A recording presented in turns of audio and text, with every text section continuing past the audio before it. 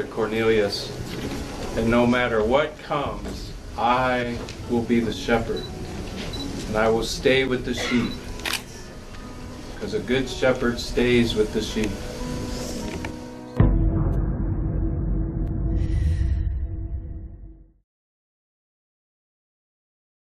Shalom, saudara kasih Tuhan.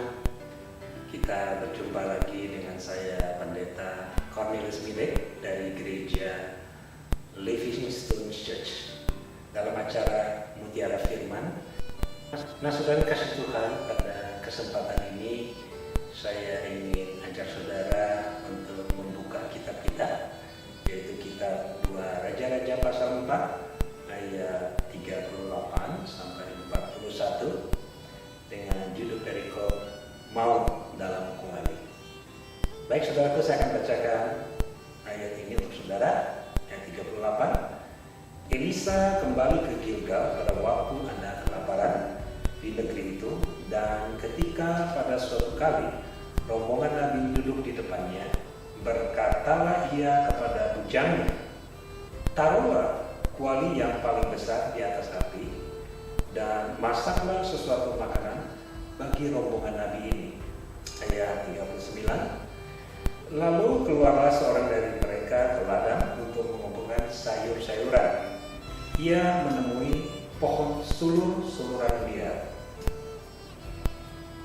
dan memetik daripadanya, lalu ia serangkul penuh dalam jubahnya. Sesudah ia pulang, teruslah ia mengiris-irisnya ke dalam kuali masakan tadi, sebab mereka tidak mengenal. Ayat 40, kemudian dicedoknya lah dari masakan tadi bagi orang-orang itu untuk dimakan, dan segera sesudah mereka memakannya, berteriaklah mereka serta berkata, maut ada dalam kuali itu, hai abdi Allah, dan tidak tahan mereka memakannya. Ayat 41, tetapi berkatalah Elisa, ambillah tepung, dilemparkannya lah itu ke dalam kuali, serta berkata, cedoklah sekarang bagi orang-orang ini supaya mereka makan. Maka tidak ada lagi sesuatu bahaya dalam kuali itu. Ayat 42. Datanglah seorang dari Baal Salisa, saudaraku, dengan membawa bagi abdi Allah roti halus, yaitu 20 roti jelai serta gandum baru dalam sebuah kantong. Lalu berkatalah Elisa, berilah itu kepada orang-orang ini supaya mereka makan. Tetapi pelayannya itu berkata, bagaimanakah aku dapat menghidapkan ini di depan 100 orang? Jawabnya, dekatlah pada orang-orang itu supaya mereka makan. Sebab beginilah firman Tuhan, orang akan makan, bahkan akan ada sisanya.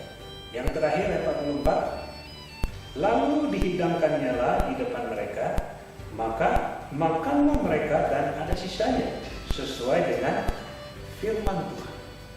Nah, saudara yang dikasih Tuhan, ringkasan cerita ini, saudaraku, bicara sedang terjadi kelaparan di Gilgal. Jadi ada penderitaan secara fisik dan juga ada tekanan rohani yang meliput semua orang. Saudara yang kasih Tuhan, sementara itu di tengah-tengah bencana kelaparan ini, Nabi Elisa sedang berada di satu sekolah para nabi, dan ia mengalami bersama-sama dengan seluruh rakyat. Elisa juga menjadi pengkhotbah jalanan, dan saat ini ia kembali ke Gilgal untuk melayani sekolah nabi itu. Saudara yang kasih Tuhan, Allah selalu memiliki seorang nabi seperti Nabi Elisa untuk zaman kita sekarang pun, yaitu menyampaikan suara pengharapan di masa-masa yang sulit. Dan Tuhan juga ingin menyampaikan kabar baik di tengah-tengah kesedihan rohani yang terjadi hari ini. Nah, saudaraku, Tuhan ingin membawa makanan rohani yang terbaik bagi setiap orang yang merindukan, yang membutuhkan makanan rohani dari Tuhan.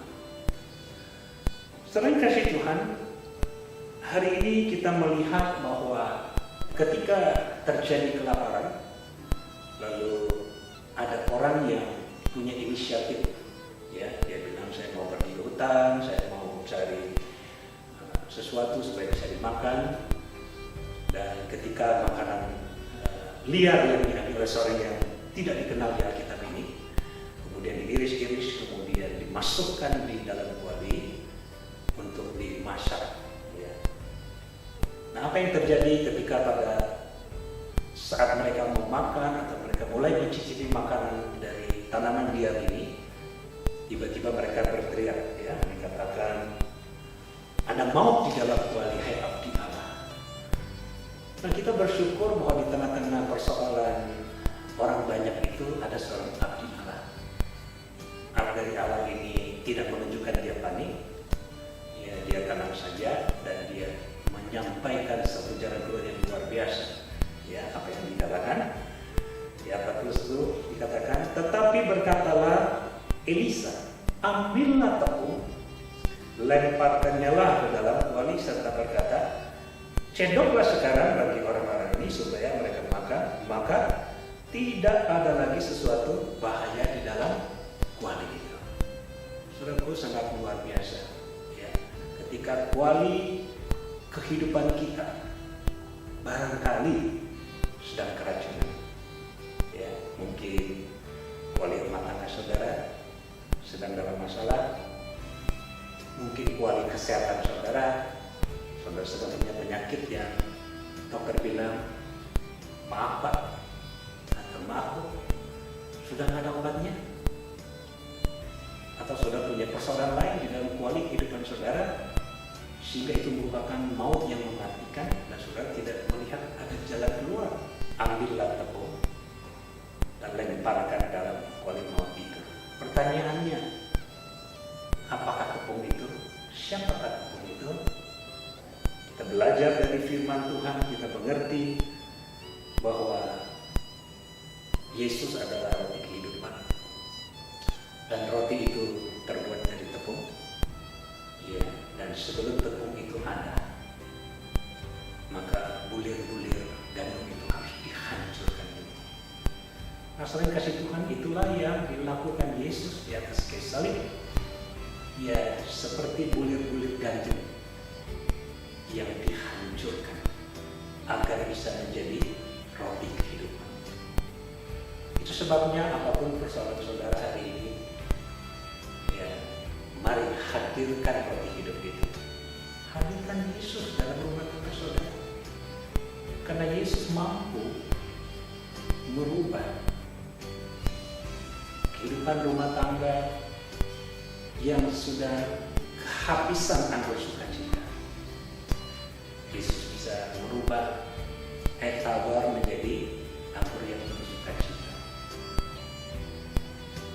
Oleh karena itu, saudara kasih Tuhan, mari kita datang pada roti kehidupan itu.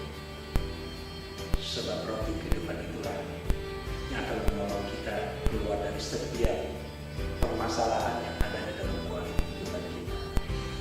Dan yang menarik di sini juga dikatakan, tiba-tiba ada seorang dari Baal Salisa.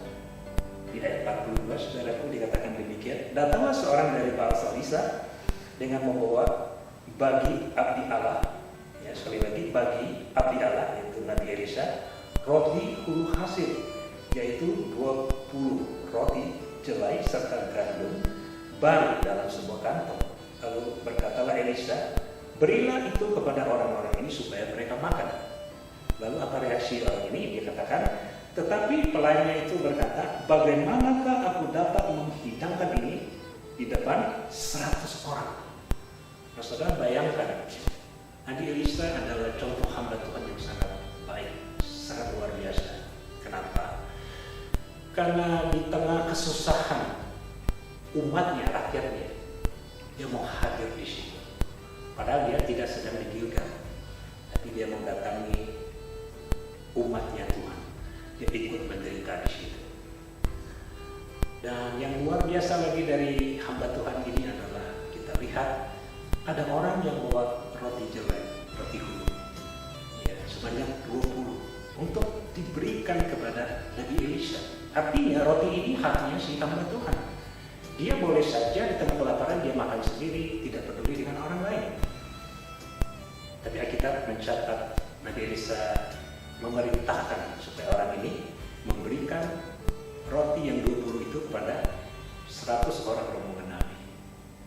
Tentu orang ini kaget bukan main, dan dia berkata, bagaimana caranya kasih roti yang kecil-kecil 20 untuk 100 orang? Pasti mereka akan berebut, berantem. Karena satu aja nggak dapat, satu aja nggak bikin kenyang.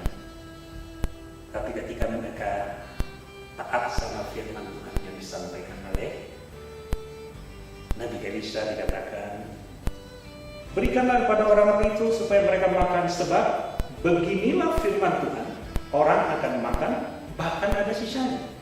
Ayat 44 yang terakhir, lalu dihidangkannya di depan mereka, maka makanlah mereka dan ada sisanya sesuai dengan firman Tuhan. Kembali kita lihat, tidak pernah gagal asal kita mau taat, saudara. Jangan gunakan logika kita. Logika kita jangan pernah mendahului iman kita. Tapi biarlah iman kita yang berjalan di depan. Nanti logika kita akan menanti, saudara. Ya, ketika dia taat, 20 roti itu diberikan kepada 100 orang. Kita berkata, bahkan ada lebihnya. Inilah Allah yang kita kenal. Inilah Allah yang kita sembah, yaitu Tuhan kita Yesus Kristus. Nah, saudaraku, mari sebagai kesimpulan, jangan pernah merubah rencana Tuhan. Ya, jangan pernah khawatir terhadap pemeliharaan Tuhan.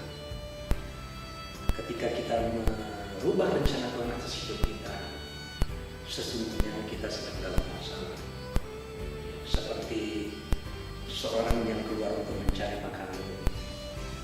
Seandainya dia nggak usah khawatir, kuali itu gak akan keracunan. Tapi karena kekhawatiran adalah muncul mau dalam kuali, seolah dia tidak percaya sama pemberian Tuhan. Padahal di situ ada api Allah. Tapi kita bersyukur di tengah masalah pun Tuhan sering kita di jalan keluar. Ketika mata kita, pengharapan kita mengarahkan kepada roti kehidupan kita. Dialah Yesus Kristus yang kita sembah, yang kita kenal mulai kitab kebenaran ini. Amin, saudaraku. Puji nama Tuhan. Demikian mutiara firman episode yang hari ini.